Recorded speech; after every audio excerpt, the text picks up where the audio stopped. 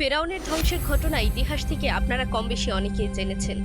পবিত্র কোরআনে আল্লাহ ফেরাউনের দেহকে সংরক্ষণ করে বলেছেন, আর আমি তোমার দেহকে সংরক্ষণ করব তোমার পরবর্তী জনদের নিদর্শন হিসাবে। সূরা ইউনুস আয়াত 92। এখানে প্রশ্ন হলো, কাদের জন্য, কাদের নিদর্শন হিসাবে আল্লাহ ফেরাউনের দেহকে সংরক্ষণ করে রেখেছেন? আজকে আমি আপনাদের কিছু ডিজিটাল ফেরাউনদের সঙ্গে পরিচয় করাবো। ইতিহাস থেকে জানা যায়, ফেরাউন আল্লাহর সত্তাকে অস্বীকার করেছিল। ফেরাউনের অহংকার এবং দম্ভ এতটা চরম পর্যায়ে পৌঁছে গিয়েছিল যে সে নিজেকে প্রভু বলে দাবি করেছিল। তার অন্য সকল অন্যায়, অত্যাচার, অবিচারের কাছে এই অন্যায়টা, এই অহংকারটা ছিল তার সবথেকে জঘন্যতম অপরাধ, যার ফলস্বরূপ আল্লাহ তাকে, আল্লাহর সৃষ্টি একটা ক্ষুদ্র জীব দিয়ে তার ধ্বংস ঘটিয়েছিল, এবং যে ঘটনাটা কিয়ামত অবধি সকল মানুষের জন্য নিদর্শন হিসেবে থাকবে। আজকে আমি যে ডিজিটাল ফেরাউনদের কথা আপনাদের বলবো, তাদের প্রথম গুণাবলী এই অহংকারটাই। তাদের অহংকার এবং দাম্ভিকতা এতটা চরম পর্যায়ে পৌঁছে গেছে যে তারা মনে করে তারা আল্লাহর ধারক বাহক। তারা ছাড়া আল্লাহর বিধান, তারা ছাড়া নবী করিম সাল্লাল্লাহু আলাইহি সাল্লামের সুন্নাহ আর কেউ পালন করে না। ধর্মের জ্ঞান নিতে গেলে তাদের দ্বারস্থ হতে হবে।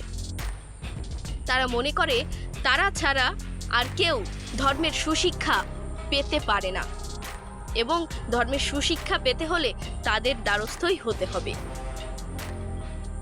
একটা জিনিস, ফেরাউন কিন্তু আল্লাহর সত্তাকে সরাসরি অস্বীকার করেছিল, কিন্তু এই শ্রেণীটা ডিজিটাল যে ফেরাউনগুলো, এরা কিন্তু আল্লাহর সত্তাকে সরাসরি অস্বীকার করে না, বরঞ্চ এরা আল্লাহর বিধানকে কাজে লাগিয়ে নিজেদের রুজির সিস্টেম করে।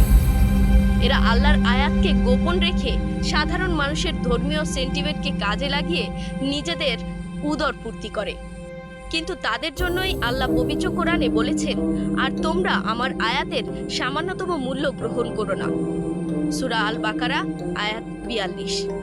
তারা নিজেদের স্বার্থের জন্য আল্লাহর এই আয়াতকে গোপন রেখে, সাধারণ মানুষকে অজ্ঞতার মধ্যে রেখে নিজেদের উদরপূর্তি করে, স্বার্থ হাসিল করে। আপনাদের এতক্ষণে বুঝতে হয়তো অসুবিধা হচ্ছে না যে আমি এই ডিজিটাল ফেরাউন বলতে কাদেরকে বুঝিয়েছি। আমি এই ডিজিটাল ফেরাউন বলতে বর্তমান সময়ের ধর্ম ব্যবসায়ীদেরকে বুঝিয়েছি, যারা তাদের অহংকারের তীব্র মাত্রা এতটা ঊর্ধ্বে চলে গিয়েছে যে অন্য সকল সাধারণ মানুষকে অজ্ঞানী মনে করে। তারাই সর্বজ্ঞানী, কিন্তু দিন শেষে দেখা যায় তারা সর্বজ্ঞানী না, তারা সর্বগ্রাসী। তারা ইসলামের লেবাস ধারণ করে ইসলামের নাম ভাঙিয়ে বিভিন্ন অপকর্ম করে চলেছে, যেগুলোর চাক্ষুষ উদাহরণ আমরা এখন মাদ্রাসা, মসজিদে বলাৎকার, ধর্ম নিয়ে মব সৃষ্টি করা, ধর্মের কথা বলে মানুষকে উস্কিয়ে অন্যায়ভাবে অত্যাচার, অবিচার করা, যে কারো উপর ঝাঁপিয়ে পড়া, এই সকল নিদর্শনগুলো দেখতেই পাচ্ছি। ফেরাউনের হাতে তো ক্ষমতা ছিল, তাই সে সরাসরি অত্যাচার করেছে, আর এদের কাছে আছে মানুষের ধর্মীয় সেন্টিমেন্ট।